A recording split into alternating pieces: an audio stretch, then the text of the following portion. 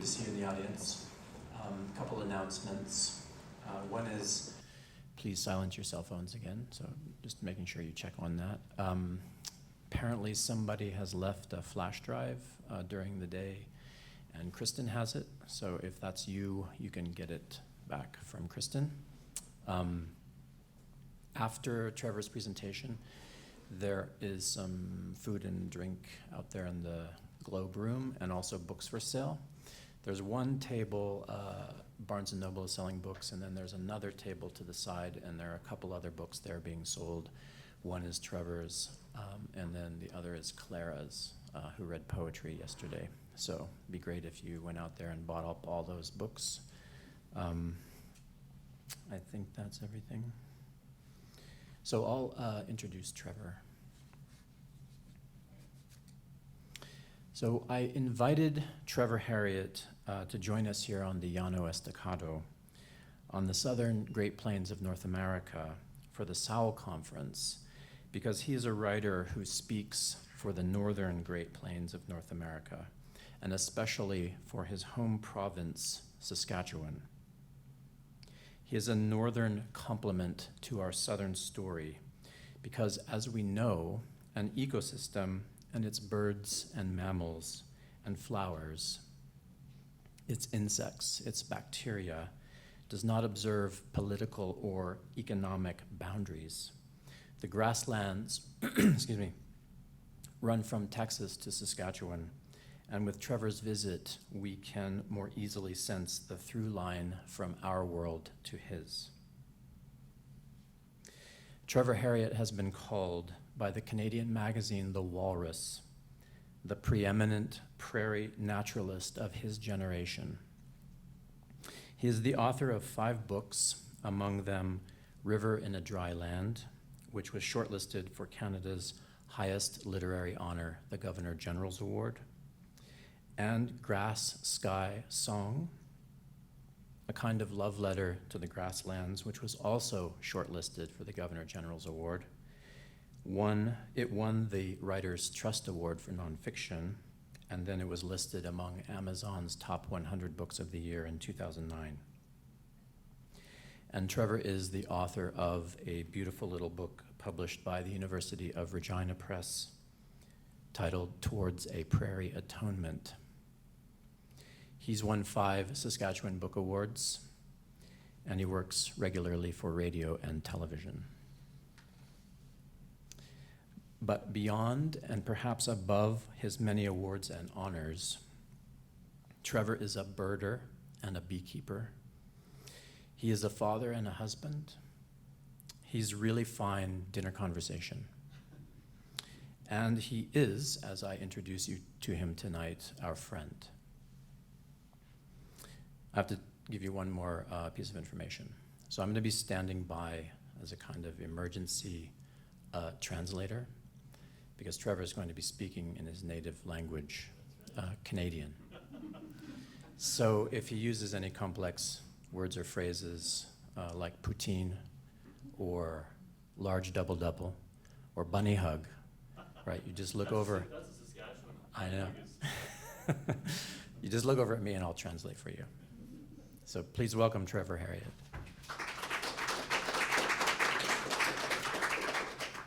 Thanks. Yeah, I forgot to wear my bunny hug. Oops, was that feedback? Okay, I'll stand back a little further. Okay, here's my speaking notes. No, not really. I brought a teleprompter with me. Has anybody ever used an iPad? This just works. I just started doing this. It works really good for just flipping through your notes. Well, thanks, Kurt, and I really appreciate Kurt bringing me here to be a part of this long Sowell Conference conversation. I feel like I'm a part of something that's been going on for years, and I got to hear and be immersed in so many wonderful voices and stories today and yesterday, and that feeds me as a writer. I'm working on a novel right now that really is around and within some of these same questions that were all discussed today, so this is all really, really helpful for me, so I appreciate the invitation, and I'm looking forward to the rest of it going on tomorrow. I want to also mention my gratitude to Karen Clark, good friend of Kurt's, who was here at Texas Tech. Some of you will know Karen, right? So she sends her greetings. We've been talking on email a little bit in the last couple of days. She was the editor for my book, the book I'm going to read from today. So if we were in Canada here today, we would be starting off for the last several years when we have public gatherings. We always start with what we call a treaty land acknowledgement statement. And when we first started doing it, it seemed like a new thing. We were all excited about it. Us white people were thinking, yeah, we're pretty good. We're doing this new thing.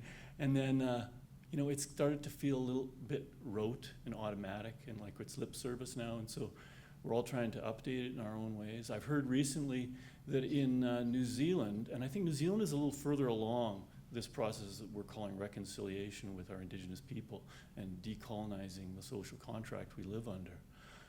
They do something a little different. They introduce themselves, whether they're Indigenous or non-Indigenous, they talk about the land they're connected to, their families connected to, where they come from, this river valley, this mountain range, this coastline.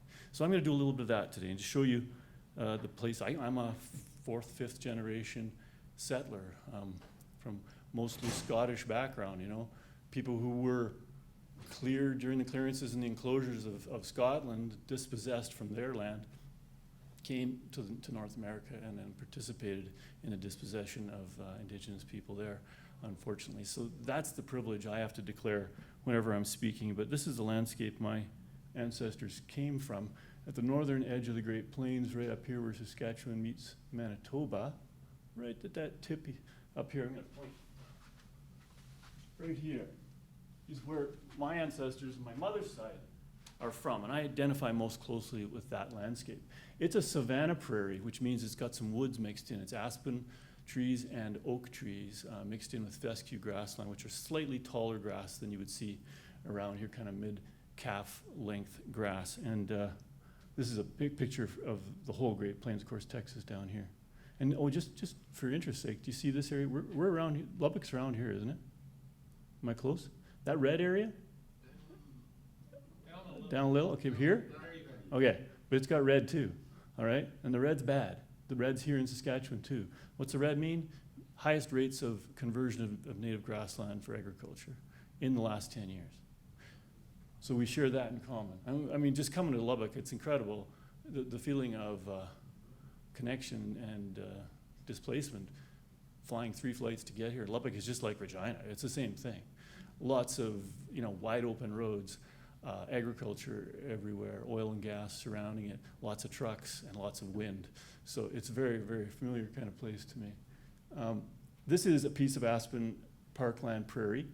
And you can see there's heavily wooded areas on the southern sides of valleys, and then you get prairie on the north the north faces of the valley that are facing the sun.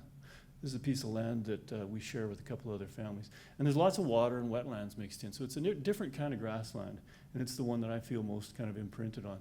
Up on the plains, we've got a lot of hayland, of course, with some aspen bush like the trees here on the horizon, lots of wetlands for waterfowl. It's part of the duck factory, but most of it looks like this because it's cultivated to grow wheat and canola and so on. But further south and west in Saskatchewan and then into Alberta, this is a picture from a beautiful big pasture project in Alberta. There's the big wide open mixed grass prairie, which I love as well, and I spend as much time down there doing bird surveys and stuff as I can. And then this is a shot from southern Saskatchewan, right near the Montana border. Big pieces of grass there. There's 60, 50, 70,000 acres of native grass in mixed grass prairie. This is a cattle drive on the Anderson Ranch, just east of the East Block of Grasslands National Park. These photos, by the way, are not mine. They're taken by a really good photographer, a friend of mine, Plenary, who I just did a book with on grass called Islands of Grass. So, yeah, you may have heard that Canada is in the middle of this new dialogue we're calling Truth and Reconciliation. That phrase, the Truth and Reconciliation, we borrowed from South Africa, and it's in the denouement of apartheid. They started that process. It's interesting how the wheel turns in history because, in fact, in the early 20th century, South African government officials were sent to Saskatchewan to look at our reserve system, to figure out how they could use something similar, and with pass laws, which we had as well, to prohibit the movement of Indigenous people off of their reserves. We didn't like the way they were growing food so efficiently and selling it at lower prices than the settlers could. So we kept them on the reserves. Anyway, so the Truth and Reconciliation Commission. It came out of something called the Indian Residential Schools Settlement Agreement. Somebody mentioned earlier today that there were residential or boarding schools for Indigenous youth in the United States too. And in Canada, we have finally started to reckon with that history. And that's what the TRC, or Truth and Reconciliation process, has really been focused on. It comes out of the largest class action settlement in Canadian history. Millions and millions of dollars, multi-billion-dollar fund to help former students in the recovery, because the students from those schools are still alive. The last one closed in Saskatchewan, near where I live in Regina, in 1996, I believe. So it's pretty recent history. And the intergenerational effects from the loss of culture, the loss of understanding what it is to be an Indigenous person and a parent, loss of language, all those things taken away. You know, and then of course there's physical, mental, emotional, and sexual abuse. And then almost every one of these schools had a cemetery next to it because children were dying from poor ventilation, disease, everything from diphtheria to tuberculosis. So as you can imagine, a horrific thing for people to go through, and we're just finally now really facing up to it in our understanding of history. Out of the TRC, there were 94 calls to action for churches, schools, hospitals, governments, every aspect of society to follow. I just realized I was going to set a timer so that I wouldn't just blather on endlessly, and then we'll have time to talk later.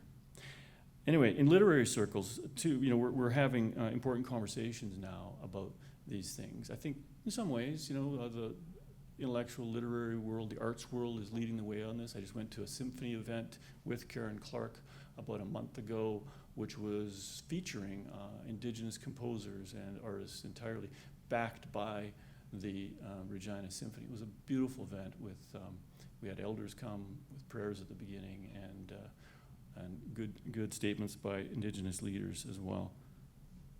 And our First Nations and Métis writers are now really beginning to take the national stage. The major publishing houses, HarperCollins and Penguin, the big ones, are publishing the voices of our Indigenous people, the Inuit in the north, the First Nations in the south, and our mixed blood people, our mestizo people, the Métis, as well, are being heard now. And you know, it's not a utopia by any means, where there's still some sorting this all out, and there needs to be more public space made for those voices, but we are at least working on it now. And I think it's good for any nation to undergo this kind of a national reckoning, this sort of a soul searching, and to own up to its history. But the process, of course, is raising hackles, as you could expect in many quarters. Some non-Indigenous people are not enjoying being called settlers, even though they used to use the word settler when they were valorizing their history, you know, and talking about how great the ancestors were you know, in getting us these privileges, although they didn't use the word privilege. Now, this word settler term is raising hackles. However, it's much better than occupier, which could be used and is being used in some quarters as well in Canada now. But the worst incident I just want to mention briefly, because I could talk about this for a long time, is a terrible event that occurred in August 2016, where a group of young Indigenous kids who had been out partying a bit drove into a yard. This made the national media, international media. Some of you may have heard of this. And it's not clear exactly what they were up to. One side says they were just looking for help with the flat tire. The settlers on the farm claimed that they were up to no good and were going to steal something. Anyway, a terrible thing happened. The farmer got out his pistol, and at the end of the day, a young boy named Colton Bushy from the Red Pheasant Reserve was shot at point blank with a pistol. So, fast forward to January, just this last January 2018, and the trial, hugely contentious. People across the country paying attention to it in the media were all waiting for the decision, and he was acquitted. Not even manslaughter, by an all-white jury. So you can imagine how that has set back the whole reconciliation conversation in the country. And it has brought forward some polarization. It has sort of torn the lid off of this Canadian politeness over this, where we think we're a peaceable people who don't have these kind of events happening. It's now out in the open, and it's really brought out some tensions that were just simmering below. People in public, wouldn't admit their racist tendencies, but it's coming out now in spades. I think what our rural people in particular and settler people in general are afraid of is they're afraid that if we acknowledge that the land and resources that benefit us in settler society, if we acknowledge that they've been secured at the cost of Indigenous lives, land, culture, and prosperity, that bad things will happen, that they will lose their grip on the land. And they're afraid to acknowledge that cost continues to be paid to this day by Indigenous people. And I'll give you some statistics about that later. And I think people are afraid they can no longer be proud of that settler history, right? Grandma and grandpa settling on the farm.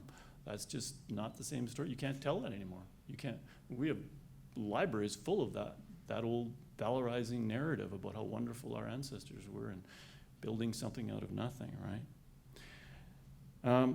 Anyway, I think the conversation is beginning to help us lose a little bit of our Canadian, what I think of as our Canadian smugness, which is kind of a national trait in Canada, and it helps that we live next door to a country, your country, where there's always lots of misbehavior we can compare ourselves to and puff out our chest and say, well, that's not us, we don't do that stuff. Well, I think we're finding out we do more and more.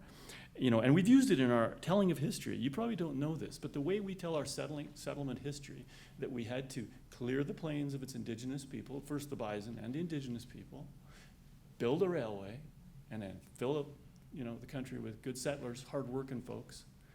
We tell that story by saying, well, we had to, because American manifest destiny was going to come across the border and take over the prairie if we didn't do it. That's been taught in schools up until very, very recently in Canada, blaming the United States for our bad policy with Indigenous people in the West. So these are the things that we're working on now that have to change. I think the conversations around TRC, the Truth and Reconciliation Commission, are definitely beginning to dampen that smugness, and we are finding we are just as polarized as the United States, and just as willing to distort our history and cling to some national myths.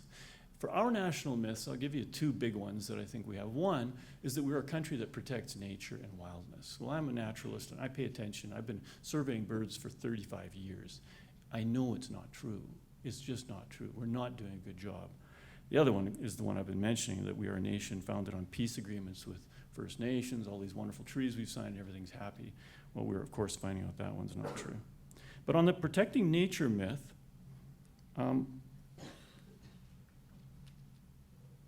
there's the one. There's an image that shows some of the mythology around our peace agreements with Indigenous people. On the protecting nature myth, an honest comparison to the United States shows us that we are failing on several counts and not doing near as well as this country. Our federal government spends half as much per capita on imperiled species, per capita, as the United States. Those figures are out there. And you can pull that down to the state level from 2005 to 2014. The state of Wyoming spent nearly $8 million working on the sage-grouse to keep the sage-grouse off of your endangered species list. In Canada, it's already on the endangered species list because it's tanking very fast where I come from. Saskatchewan has twice the tax base, twice the population of Wyoming. We've spent virtually nothing on the sage-grouse, even though it's on the endangered species list. Our endangered species legislation, we never had any until 2002. You've had it much longer, and it's much more powerful. In Canada, Endangered Species Act really only applies on federal land, which sounds good if you're an American, because there's lots of federal land in the Western United States. Not so in Canada. All the land that's public land, pretty well, is provincial land, what we call crown land. And the act doesn't apply on provincial land. So our Endangered Species Act has actually witnessed the increasing decline of the species that get listed. Protected areas, we're nowhere near as good as the United States. I can give you the figures on that, but it's bad. Looking at the numbers of just the number of bird sanctuaries and national wildlife refuges, there's 560 national wildlife refuges in the U.S., all kinds of other protected areas totaling 95 million acres. Canadian Wildlife Service, meanwhile, has 51 national wildlife areas, and then a few bird sanctuaries. Totals a mere 28 million acres, so 1/3 as much, even though we're a much bigger nation. I got the figures here for Texas and Saskatchewan too, because Texas and Saskatchewan are almost the same size. It's just too embarrassing. I'm not even going to bother listing those ones. It's terrible. And recently, the World Wildlife Fund made a report on Canada's wildlife populations, and declining by 83% on average our vertebrate species. Since I was a teenager, we've lost 43% of our mammals, 70% of our grassland birds, 43% of our shorebirds. Finally, and I think this is one of the most important ones, one of your greatest pieces of legislation, thanks to writers like Wallace Stegner and others from that generation, was the Wilderness Act. Stuart Udall and the Kennedy administration in the early 60s. A great piece of protecting public land legislation. That's why you have so much public federal land. In Canada, we have no equivalent. So when the federal government wants to get rid of public land, it can just make a decision and it's gone. The land is totally ungazetted, unprotected.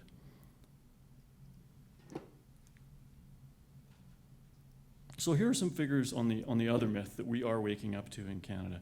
In Canada, right now, we have 1,800 Indigenous women or girls who are either missing or murdered. No one knows what's happened to them. The unemployment rate for Aboriginal people is almost double the rate of unemployment for non-Aboriginal people. Our Indigenous population is the fastest growing sector of the population, 4 times as fast as any other sector. Meanwhile, the land base that they own in their reserves is 0.2% of the land base of the country. Indigenous defendants make up 85% of criminal caseloads, 36% of on-reserve, 16% of off-reserve First Nations people in my province live in what are considered crowded homes. Some of these homes, there's 13, 14 people living in a 500-600 square foot bungalow. They have a lower average income, shorter life expectancy, higher rates of obesity, HIV, infant mortality, violent death, suicide, substance abuse, you name it. A young Indigenous person has a greater chance of ending up in jail than they do of finishing their high school degree. 90% of children in state care, foster homes and so on, are Indigenous in Canada. Tuberculosis is 30 times more prevalent in Indigenous communities. You get the idea. It's the same picture we see all over the planet where colonization has damaged local Indigenous cultures. And I don't think it's a coincidence that when you colonize a place and enclose the commons to capture the resources, that nature suffers too. That removing the long-standing Indigenous cultures from the land eventually leads to the social and environmental issues too. This is a point somebody mentioned this afternoon, that 22% of the land on the planet is in Indigenous hands, but it contains 80% of the biodiversity. Think of that, how important that is, and why that is.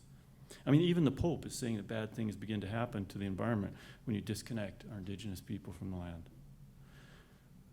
I think, and we're hearing about it today, there's a growing awareness that virtually all the wicked problems we are facing on the planet, climate change, loss of cultural and biological diversity, collapse of fisheries, population pressures, conflict between and within nations over the mass movement of people displaced by war, and climate change, a lot of this is coming from climate change, that all of it can be considered the aftermath of colonization and the associated destruction of the commons that they were sustaining for so long. So as a writer, I'm curious about how that colonial hangover plays out in my corner of the Great Plains. That's kind of what I write about, no matter what the book is. And I come at things from a naturalist perspective, but it's impossible to write about the degradation and loss of prairie biodiversity without looking at our history of colonization and settlement and how Indigenous cultures and land use models were removed from the prairie. So I'm going to try to read to you a little bit from this book. This is a picture of Norman Fleury. He's a Métis elder, a Michif, probably the global expert in the Michif language, which is a beautiful combination of the Cree language with French. And he's a historian and a great storyteller. But his people come from this land he's walking on, which is now a community pasture. But his people lived there, his parents and grandparents, in a small community of 250 Métis people called St. Madeleine. And he's walking toward the gates where there's now just a cemetery. They still bury their dead there.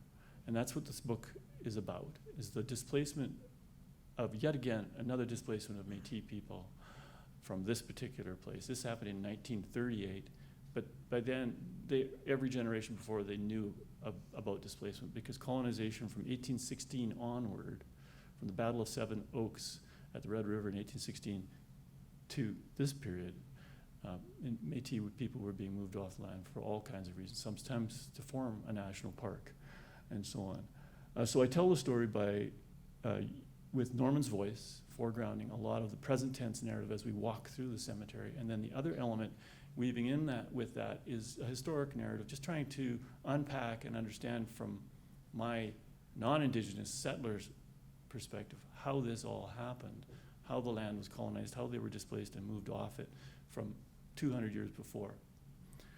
So I will just do a little reading here. This is from the opening of the book. It's a little book. This is a chapter called One Tent Pegged to Share. The long spur, white tail feathers flashing, exploded into flight at our feet and then settled a short distance away. We stooped to look briefly at the swirl of green shade hiding her 4 speckled eggs, warm and holy. The wind all around us was strung with the bells of chestnut-colored longspur song, but this was the first nest we came upon. If there is a world more complete and vulnerable than the nest of a small bird tucked into grass, I have not seen it. Walking the edge of a treeless plain 1,000 acres across, I had to remind myself that there was a forest a few paces away.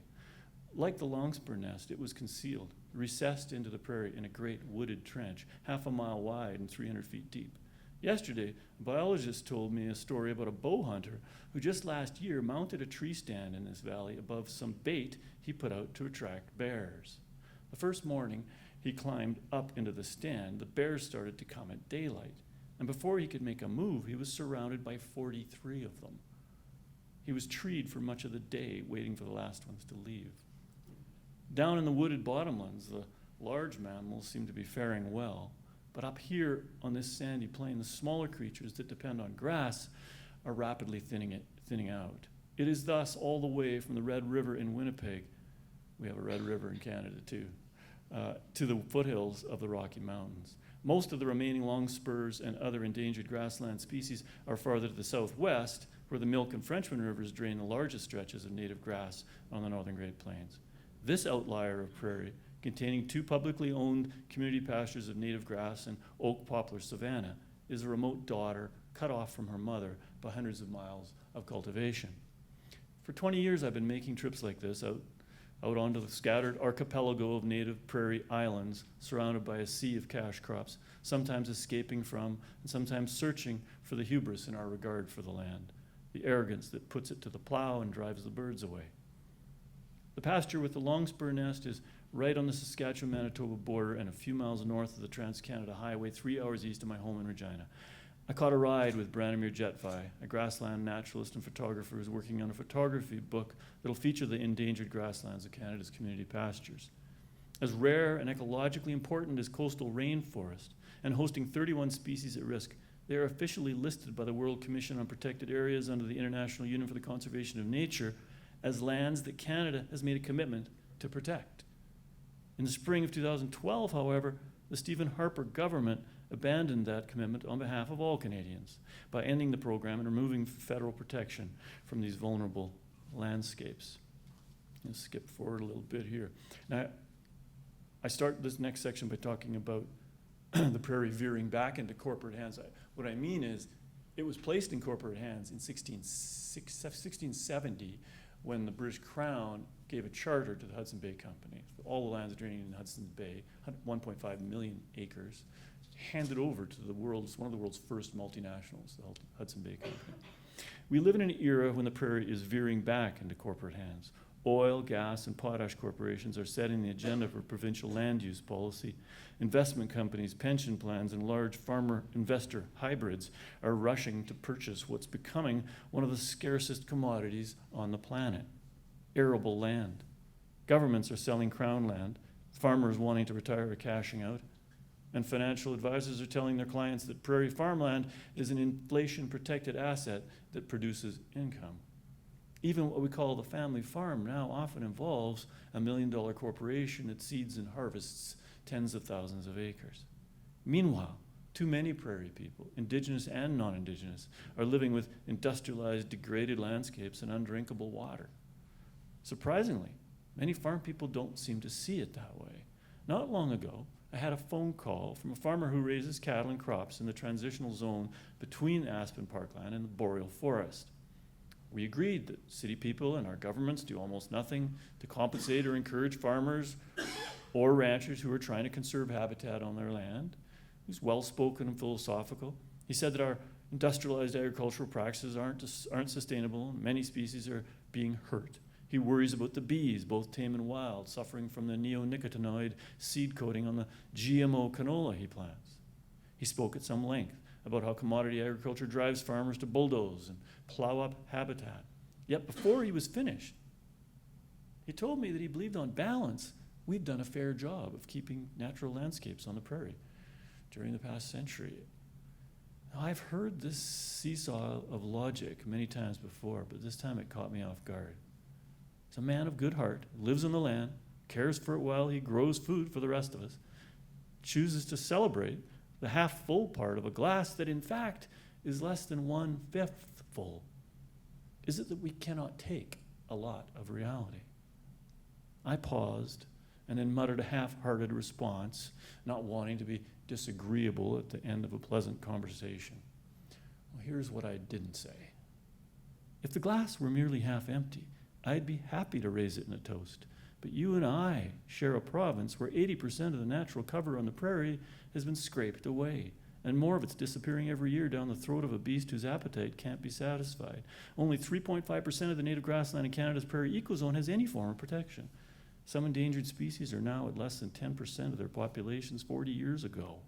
The little that remains are fragments of old-growth prairie, are every bit as diverse and irreplaceable as Canada's last refuges of old-growth forest, but they are under siege from forces ranging from privatization and cultivation to resource extraction and ranchette development. And the worst of it is that damn few people seem to notice. We might be able to hide the truth from ourselves, but the animals know. These days, cities in the Great Plains attract more birds, jackrabbits, and ground squirrels than the surrounding farmland. As poor as it is, the urban habitat's better. But it's not only wild creatures we are missing.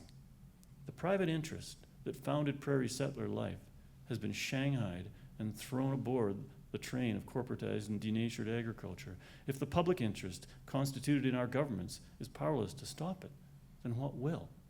Well, there is that third kind of interest, the community, that for thousands of years here helped to balance the well-being of the individual, the well-being of the community and the land. Eventually, it evolved into the sharing of grass, what the Red River Métis people called le privilège de couper le foin, literally the right to cut the hay, or the hay privilege. The Métis, I believe, were helping to bring a balance to land use practices, but their experiment was cut down before it had a chance to mature further and begin to inform Western Canada's agricultural economy. From the outset of the fur trade in the 17th century, the long-term interests of local communities all over the Northern Plains have been sold down the river to industries serving distant markets.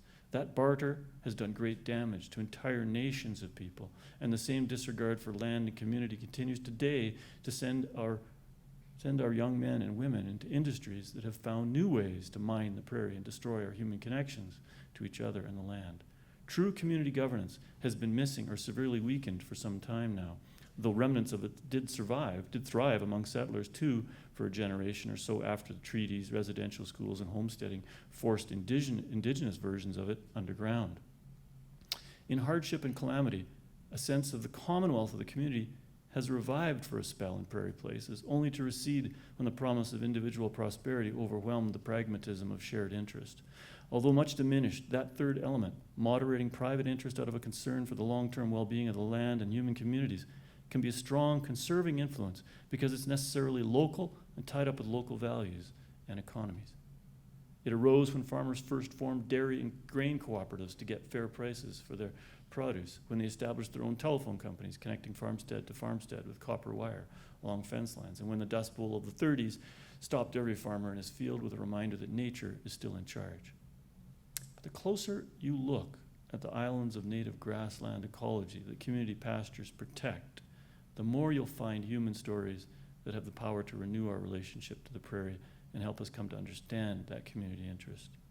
Like the nest of a small bird tucked into a circle of grass, one of those stories is hidden away in the sunlit sandy plain, 7,000 years old and enclosed by the Spy Hill Ellis community pasture straddling the Saskatchewan-Manitoba border.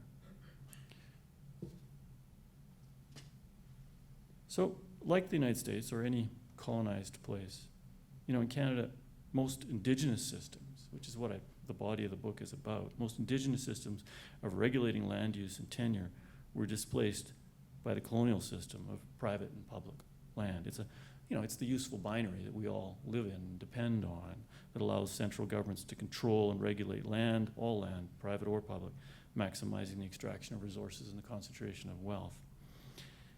But even now, as we take a second look at our history in this reconciliation process in Canada, I think one of the big mistakes we are making is to assume that we cleared the land of Indigenous people simply because they were physically in the way of settlement and wealth.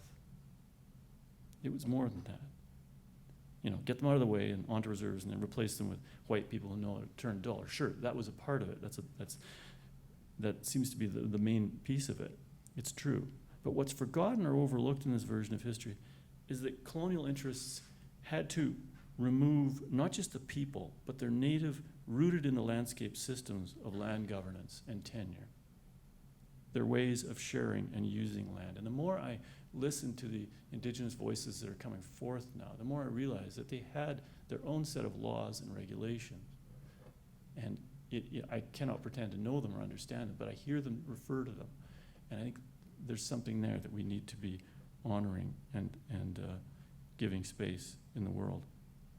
So they were not just physically in the way, they were spiritually and culturally in the way. It's a subtle difference, but an important one, I think. If you don't clear away local cultures and economies with their communal customs, laws, and systems for land use, well, you can't establish that colonial binary system of public-private ownership to facilitate the capture of resources and the concentration of wealth. Because in Canada, we're kicking Indigenous people off land, still are today, to make it into private land. But we also kick them off to control the use of public land and to deny them access to it. National parks, forest reserves, now our community pastures, crown grazing lands, once they become leased out to private ranchers. Indigenous hunters, gatherers no longer have access there. So it is continuing today. Meanwhile, where I live in southern Saskatchewan, it's the most privatized landscape in Canada. South of the boreal forest, 85% of the land is owned privately by private people. We only have 15% of the land that is what we call crown land, but that land is increasingly under threat, and as I was saying, is being sold and privatized to our provincial government, because it's provincial land is, in fact, just this week I got another memo of an order in council delisting land that was protected as Wildlife Habitat Protection Act land, and it's actually being auctioned off by a company owned by the Ritchie brothers here in the U.S. They're auctioning it on websites. You can go online and look at it yourself. Saskatchewan land for sale. So outside of the few parks we have in the south, which are small and scrawny and few, and they're all focused on lakes for settler people to hang out at their cabins, there's really few remaining scraps of natural land where anyone, Indigenous or settler, can go to hunt, gather, just experience the prairie and see what nature is like on the Great Plains. I think this makes our part of Canada one of the most deeply colonized and enclosed portions of the country. That privatization and clearance of the prairie has disconnected our Indigenous people from their traditional territories, severing their cultural and family roots to places. So this is the kind of loss I think we can all easily understand. We appreciate it when people are forced off land for any reason. It does great harm. They suffer, their families suffer that intergenerational wound. But there are other effects that are subtler that need to be spoken about too. In decoupling Plains peoples from the prairie, I think we all lost the potential to learn and benefit from Indigenous ways of being on the prairie, their ways of using it and sharing it. We've lost the opportunity, up till now at least, to see how those ways could help us govern our agricultural and resource use decisions. I think it's fair to say the prairie is suffering greatly from all of this disengagement. We have less than 20% of our native grassland remaining, and biodiversity is just tanking. I mean, half of our wetlands are gone in Saskatchewan, 50%. So in all of our talk of reconciliation, I think Canadians are still not really connecting it yet to land use issues. We don't consider that bringing traditional Indigenous perspectives on land use might help us solve some of the conflict and ecological disarray that our lands and waters are facing today. And that's because we just automatically assume, as settler people coming through the Enlightenment and our capacity to reason and use science and technology, we're just assuming that any Indigenous land governance models, ethics, and traditional knowledge systems are just too primitive to be of use in today's technocratic and industrialized economies, right? Globalized economies. But I think there's a kind of racism built right into that assumption. It's a supremacist point of view, that this point of view of capitalism and technocracy is the superior one. How could we possibly argue that when we all can see what's happening to the planet? Anyway, so I think we have to begin to look at these things and ask, what would it take for Canada's reconciliation journey to renew our respect for the commons and provide fair and equitable access to land and resources? What would it take to apply the best of Indigenous and non-Indigenous values and knowledge to safeguard the life support systems in our land, our waters, and our biodiversity? Because real reconciliation has to reconcile all of us, Indigenous and non-Indigenous, to the land that feeds us. It has to bring decisions about land use, including agriculture, back from the margins and into the center of a renewed social contract between Indigenous and non-Indigenous people that's more in line with the spirit and intent of the treaties we signed more than a century ago. Our treaties are very interesting. I don't know, I haven't read any of the American ones on the plains, the text of them. The text of the Canadian treaties, what we call the numbered treaties, are, if you read them from a settler point of view, certainly it looks like a straightforward secession of land. They're ceding land to the crown. But the oral tradition from Indigenous people, they were not people who wrote in English and read English. The oral tradition from Indigenous people is that's not at all what the treaties were about. That it was about allowing and receiving these newcomers into the land and in limited ways being willing to share some of the resources with them. Then there's the whole, it's problematized or conflicted also by the way many people were brought to the treaty table. There's a wonderful book also published by the University of Regina Press, if you are interested in anything about Canadian Plains history or Plains history in general. And it's called Clearing the Plains by James Daschuk. Terrific book, very thorough. And it makes it pretty clear that when these treaties were signed in the 1870s, most of them in the 1880s, there was, the people who had been starved for so long and been given bad rations, the buffalo were gone by then, and they were forced in many ways to come to the treaty table on terms that were nowhere near fair or favorable. And they just knew that, okay, if we sign these pieces of paper, put our X here, maybe something good will happen, because they could see their children dying. And people were being forced in, just somebody was speaking about forced marches from east to west here, where 5,000 people in the 1880s were forced to march from the Cypress Hills where they wanted to be, where there was good game, forced to march up north near the forest where they were given reserves, and those people still long to go back to the Cypress Hills prairie area and feel that that's their home.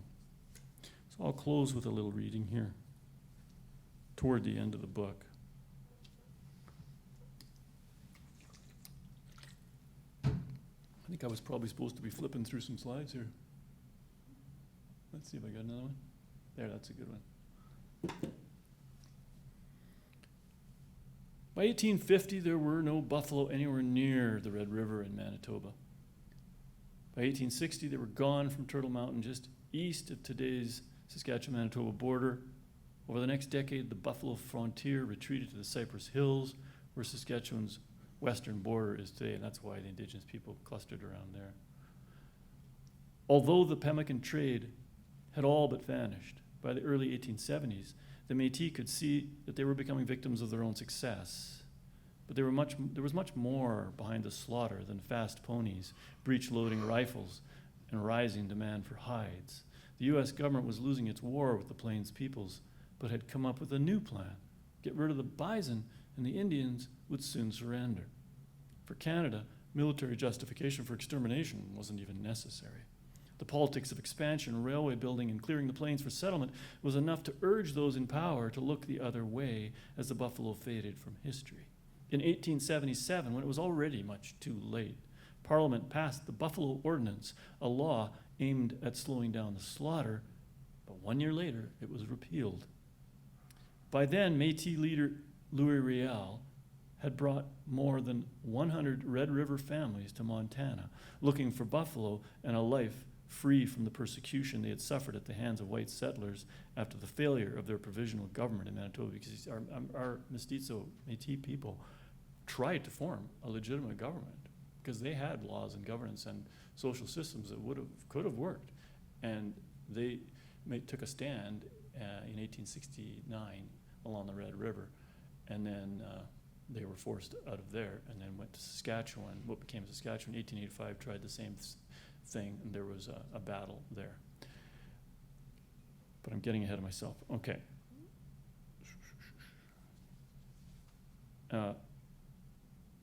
In Manitoba, yeah. The last Métis buffalo hunts are thought to have occurred in the Judith Basin area south of the Missouri River, where a remnant of buffalo had survived. The 8,000-year reign of the Plains bison was over. You can parcel out blame any way you like, but if there had been no market for pemmican and robes, no Eastern industry using tanned hides to turn its wheels, no corporate greed driving the trade from 1780 onward, and no collusion among the governments of London, Ottawa, and Washington, many things might have turned out differently. If they'd wanted to, the powers behind the railway's westward expansion and trade could have put a halt to the slaughter by disabling the export-based buffalo economy driven by colonial industrial interests. The hunt would have taken its place again at the center of a subsistence-based economy for Plains peoples, who in turn might have had the self-reliance to hold off signing treaties until they could be sure that they would not be losing the prairie and all of its resources. No reserves, no Indian agents, no pass laws, and no residential schools. That we did not take that fork in the road and instead dispossessed the ancient prairie of its native peoples, buffalo, and grass stands as one of the great tragedies of the modern era. It's the end of the day. The sun is low and filtering through aspen leaves as we sit and talk beneath a Métis flag riffling in the breeze. I'm afraid I've exhausted Norman with all of my questions, but I ask him to take us back one more time to the clearance of St. Madeleine. Prior to 1938, he said, people may have been poor, but they were happy. They still had their independence, their own ways of doing things. After 1938, people were less independent. There was a loss of self-respect and self-determination. When you're kicked out like that, you lose everything. Not wanting to misrepresent the complexity of the story, Norman McGann mentions to me that a few St. Madeleine survivors might tell it differently. You should talk to them, he said. They take a slightly different angle on what happened. What he's referring to is that a couple of families were given land, like private land, exclusively for them because they had paid their taxes. The other families of the 250 people, they weren't taxpayers. They were still trying to live the old ways, right? And not living in the new way of taxes and subdivisions and rural municipalities and stuff. And so those people didn't get anything. They were just stuck on a little piece of what we call a road allowance, a little concession of land, and had to survive there for a generation or so. And most of them ended up in poverty. The ones who got land, of course, they did better. You know, they got a couple quarter sections, they became farmers or ranchers.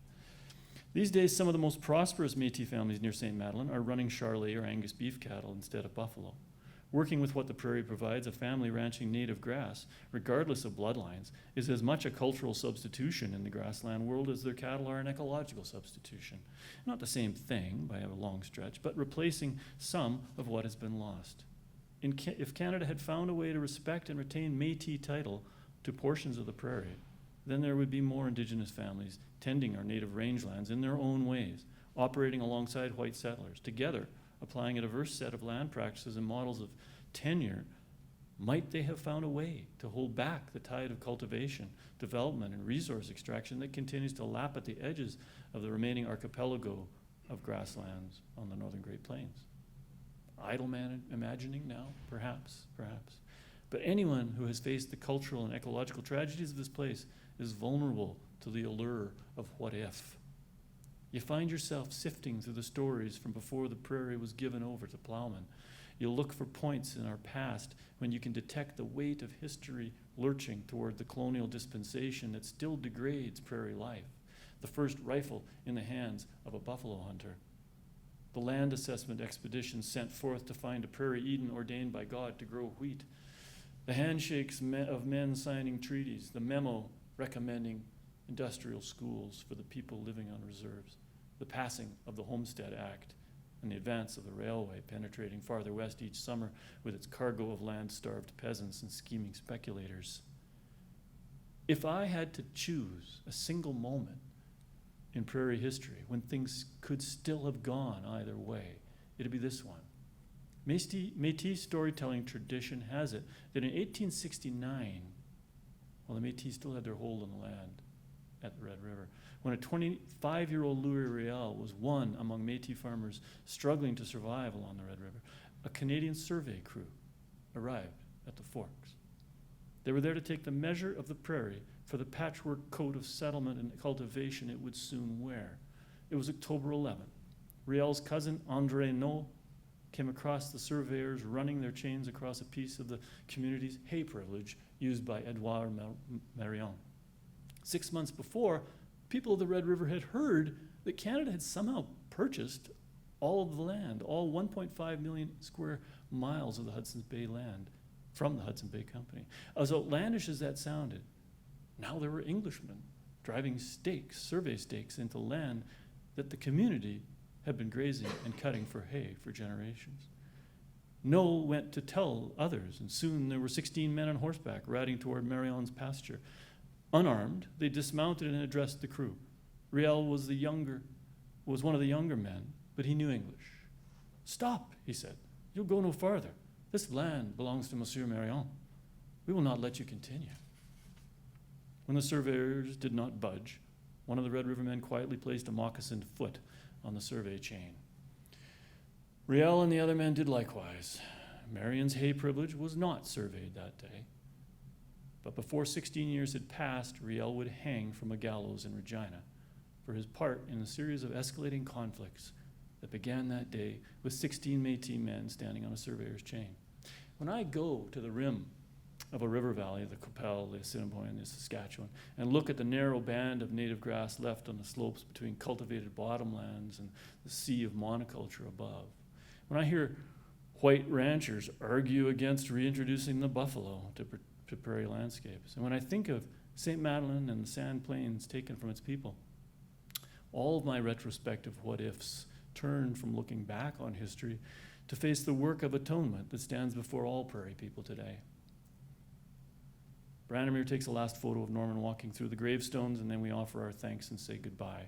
With Norman's permission, we've decided to camp overnight in the school bus at the picnic site and then get up for the sunrise over St. Madeleine. Before he goes, Norman tells us there are bears here. "Oh, you see them sometimes at dusk," he says, stepping into his truck, leaving us with the image of bears in the dark rambling through the cemetery like fugitives. The wind down now. Evening comes on calm and pellucid from horizon to horizon. The poplars surround us, white guardians of the prairie. Notes of Tennessee warblers and ovenbird and a Swainson's thrush ring out from the trees and across the headstones. Barn swallows have settled under the arms of the white cross encircled by the Red River cartwheel.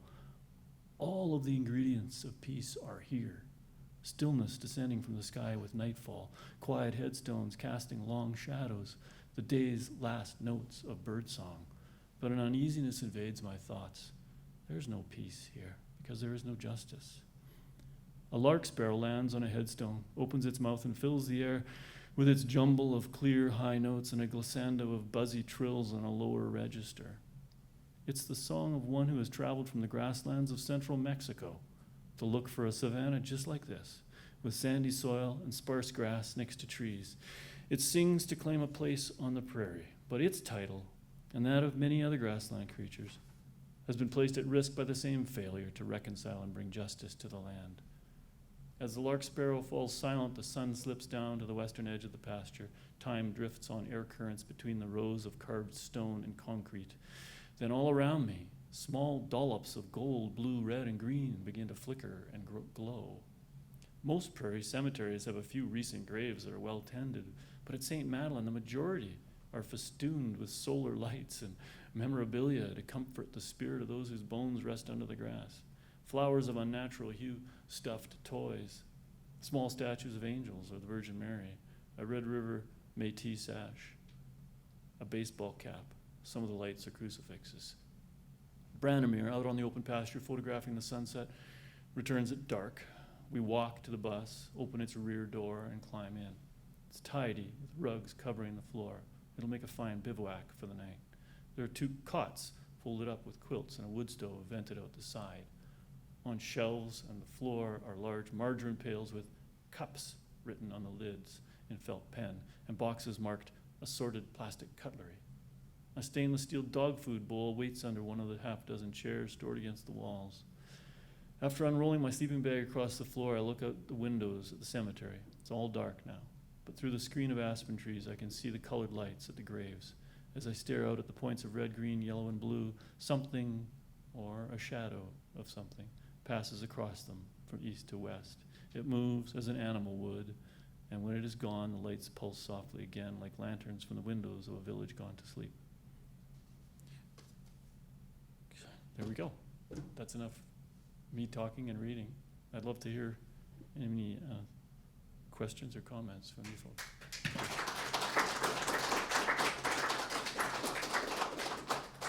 There, I did it in 44 minutes and 49 seconds. Do people know the story here of Louis Riel and the Red River people?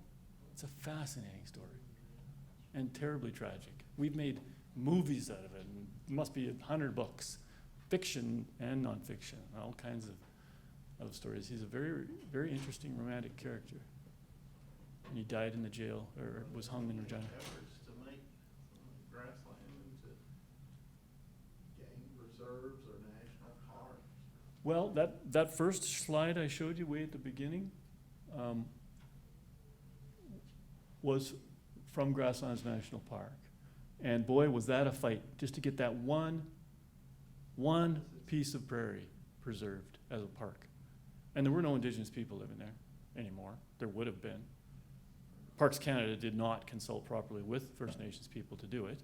They should have, could have. Now they do. We're doing some really great work. We have in Parks Canada now something called our Indigenous Circle of Experts, and it's one of the brightest lights in protected areas work, I'd say, on the continent, of working with First Nations and Métis or Indigenous people.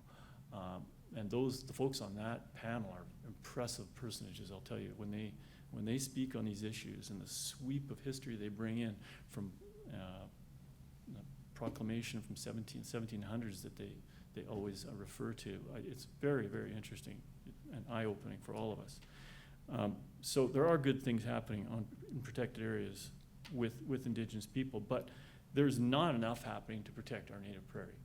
We have, like I say, 20% remaining, and it's declining. And meanwhile, the Indigenous people who were cleared off that area so long ago, there's only 2 First Nation reserves in Saskatchewan. They're very small populations that remained on the prairie. One of them is Lakota people in the Wood Mountain area close to this park, and they ranch, and they actually do quite well and are not suffering some of the problems that other First Nations are. And then there's another one called Nikanit, a Cree reserve near the Cypress Hills. They stuck there. They just plumb refused to leave and managed to get a reserve there. But they're very small. Most First Nations people from the plains were all moved north, and so generations have grown up without any real experience of native grassland. They do their best. Some of them have remnants of grassland on their land that they still, especially in the Qu'Appelle Valley reserves, which is more, again, that Aspen Parkland area that I'm from, and that's what I'm most familiar is the Indigenous people from that area. And the Métis are really connected to the Qu'Appelle as well. They had many settlements there that they were also kicked off of in the 20th century. Right up to the 1950s, they were living on road allowances. When I was a kid, they were living on road allowances, and eventually were moved off. Whole country schools were full of Métis kids who were just living on scraps of land. What are the best cases of reconciliation?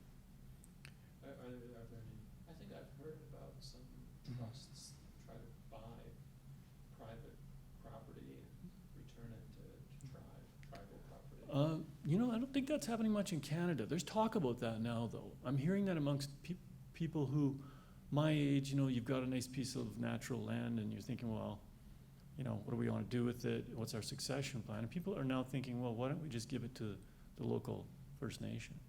That's being considered, and it's interesting to hear that.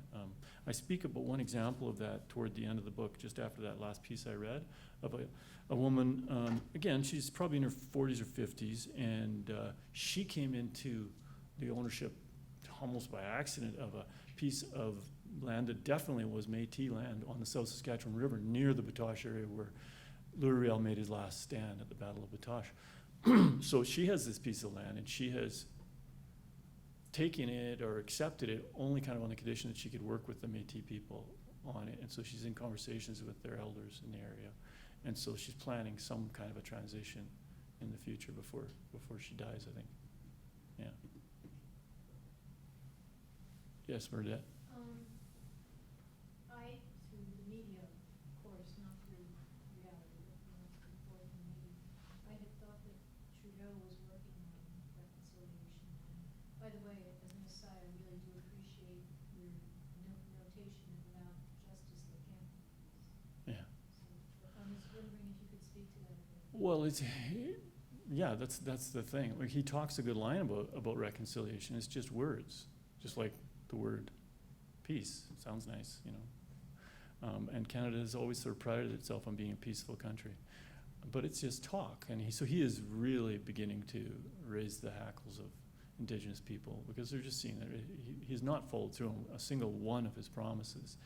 And, well, the real push will come to shove here with this pipeline issue that's rising right now in Canada of Kinder Morgan, which is a subset of Enron. Trudeau is right now saying that if we have to, because Kinder Morgan is saying, well, this is just getting so weird, we don't, because the Indigenous people and environmentalists are saying they don't want it to happen, to go through BC, through Burnaby Mountain into the coast, because it's pure bitumen. It's just tar sand crap that they want to send through a pipe right to ships. Up till now, it's been processed oil going through. And now they want to ship the really bad stuff, the tar sand. And so people are saying, no, that's enough. And especially First Nations in BC are really taking a good stand. They're being offered billions of dollars, some of them, and they have the integrity to actually refuse it. They are saying no. Anyway, we'll see what happens here in the next few weeks, because right now, just this week in the media, Trudeau has said, well, if we have to, we'll subsidize Kinder Morgan. We'll help, because he can see Kinder Morgan shying away and going, oh, okay, this is just too crazy. I think that is what will happen. That Kinder Morgan will back out of it because they're seeing the controversy that's coming. But it's really interesting, the battle that's forming. And we're seeing even more so-called liberal governments, like our so-called socialist government in Alberta and New Democrat Party, because it's the Alberta government, they know they cannot be elected unless they push that pipeline, because it's Alberta tar sands crap that they want to send there. So there's a big fight going on between Alberta and British Columbia. It's fascinating. Two different NDPs, so-called local governments, or so-called socialist governments, fighting with each other over this. Yeah, threatening all kinds of stuff. Like Alberta has threatened to not import any more British Columbia wine, for example, and now they're saying that they will cut off the supply of processed fuels to British Columbia. So that's very, very interesting. And Trudeau is he's a clown. He's doing a terrible job. Did anybody see his whole trip to India? It was hilarious. You saw that? What a goof. I mean, he goes to India and he gets his whole family always to go on these trips. He's all about the photo ops. He gets his whole family decked out in what he didn't know, but was apparently traditional Indian wedding clothing.